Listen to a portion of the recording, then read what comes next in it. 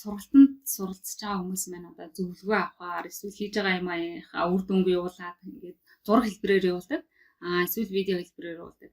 Тэгэхээр би тэрийг нь үзээд яаж зөвлөгөө өгдөг вэ гэхээр захимаар нэгдүгээрт нь бол би дэлгэц зэвсдэг програм ашигладаг. Screen record-ыг болохоор би тухайн явуулсан одоо материалыг ингээд татаж авч байгаа. Тэгээд тэн дээр нь бол ингээд нэг тайлбараа хэлээд тэгээд буцаагаад явуулчихъя.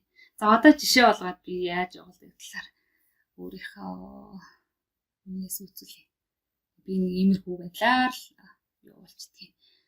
За эндээс манай суралцагчдын энэ болохоор манай 10 дугаар сурах захим сургалтын суралцж байгаа хүмүүсүүд нь даалгавраа ингээд явуулдаг. Ингээд дасгал хийгээд үр дүн гараад үр дүн ингээ гараад ирдэг байхгүй програмд. Тэгээд тэрийгэ суралцагч нар маань зарим нь ингээ явуулаад зарим нь мессенжерээр ингээ явуулаад. За энэ 6-г тэр нэг тайлбартай. Тэгээд энэ явуулсан энэ одоо материал дээр нь яах вэ гэхээр за ингээд харж агаад ерөнхийдөө би бол ингээл дуулаад.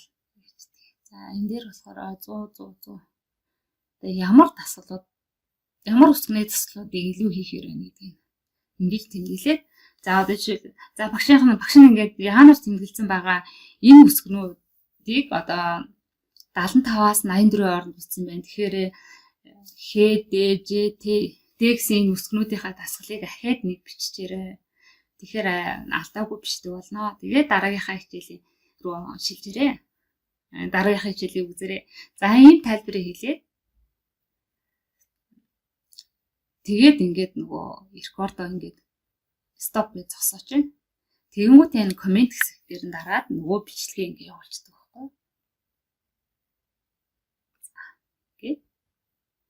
Окей. За тэгэхээр би одоо яг ямар одоо screen recorder утасны screen recorder ашигладаг вэ?